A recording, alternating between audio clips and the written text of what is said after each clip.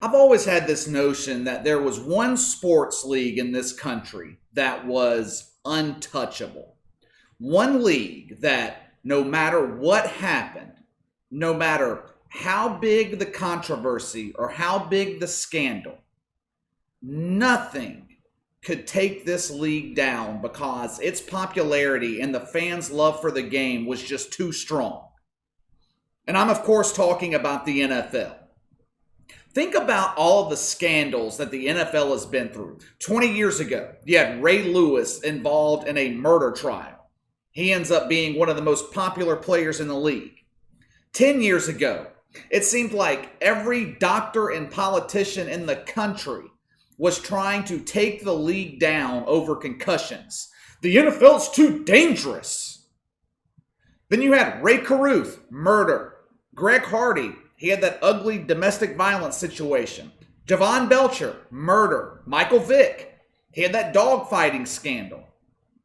Scandal after scandal after scandal. And yet the NFL seemingly always come through it unscathed. Not only did the league get through it, it's become more popular. The NFL is more popular today than it's ever been.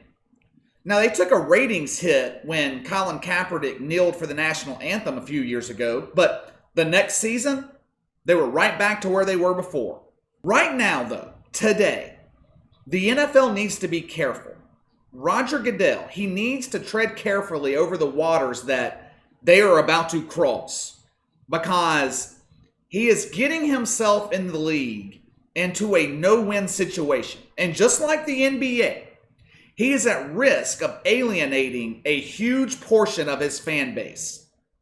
In 2 weeks, we are going to witness the new woke NFL. Oh, it's going to be so great. We're going to have social justice messages in the end zone for week 1. We're going to get not one, but 2 national anthems. 2 national anthems. Now, I didn't know we had 2. I thought we only had 1, but we're going to get 2 anyway, whether you like it or not. I really believe that Roger Goodell and the NFL owners know that they are going down a slippery slope. Unlike the NBA, I get the feeling that there is a lot of trepidation amongst NFL owners in terms of fully infusing this woke movement into the league. And when I say that, I'm talking about on the field, not off the field. I don't think anyone has a problem with the league committing money to social causes or starting an organization to help communities off the field. I don't think anyone has a problem with that. But it's the on the field, or in the NBA's case, on the court infusion of politics that a lot of people have a problem with. The reason I think the NFL is hesitant about promoting social justice or racial justice or whatever people are calling it now during games is because, as of right now, all of this is only happening during the opening weekend of the season. Week 1, that's it.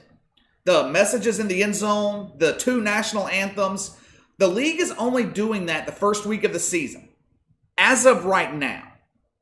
But apparently, that's just not enough. That's not enough. People aren't satisfied with what the NFL has done or with what they're doing. They're not doing enough, is what they say.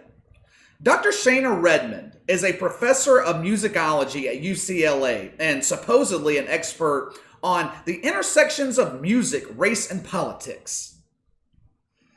What is a professor of musicology? And why is a professor of musicology being asked about the NFL? She was asked by Fox 10 in Phoenix about the NFL and social justice, and she stated that she no longer watches the NFL because Colin Kaepernick was blacklisted. Okay, that's fair. Your prerogative. Although she's in the minority since millions of people quit watching the NFL because Colin Kaepernick kneeled for the national anthem. And they came back to the league once he was gone. But let's just move on. She was also asked if the NFL was woke enough, whatever that means. During the question, the playing of Lift Every Voice and Sing, which people are calling the Black National Anthem, was brought up. Here is Dr. Redmond's response, quote, "It is a slap in the face. 1 week. You give it 1 week of a hearing. It's sad, it's trite, it's the absolute least they could do, end quote. I was so glad when I found this article because she just illustrated better than I could the problem with infusing politics and social causes into sports. It will never be enough. Whatever you do, it will never be enough. It's not enough that the NFL is having messages in the end zone week 1. It's not enough that they're playing Lift Every Voice and Sing week 1. We need more. What more do you want the NFL to do? What does the NFL owe this movement? When did paying their players millions of dollars a year suddenly become not enough? This is a professional sports league. This isn't a charity. It's not a political organization. It's not a social organization. It is a business. It is a business whose primary purpose, its primary reason for existence, is to make money. Me personally, it doesn't bother me. Playing 2 national anthems, I don't care. I'm not going to pay attention to it anyway. But don't try and sell me on the notion that playing 2 national anthems and everything else they're doing unites people, because it divides. And it's likely to make things even worse and create a fan backlash. Here's what I think is going to happen. You're going to have NFL players kneel during the national anthem. Then they will stand for the black national anthem. And the result, you're going to piss off a lot of people. Now, tell me how that is supposed to unite people. Marcus Spears was on ESPN the other day saying that NFL owners aren't doing enough, imploring them to do more for the cause, saying we need people united. Here's the thing though. NFL owners are in a lose-lose situation if they get involved. If they commit 100% like the NBA did to these political causes, they alienate a portion of their fan base. And if they don't agree with everything the woke movement is preaching, then NFL owners will get destroyed by the media. That's one thing that baffles me about this woke movement. They say they want to create the conversation about racial equality. They say they want to hear different opinions. They say they want unity.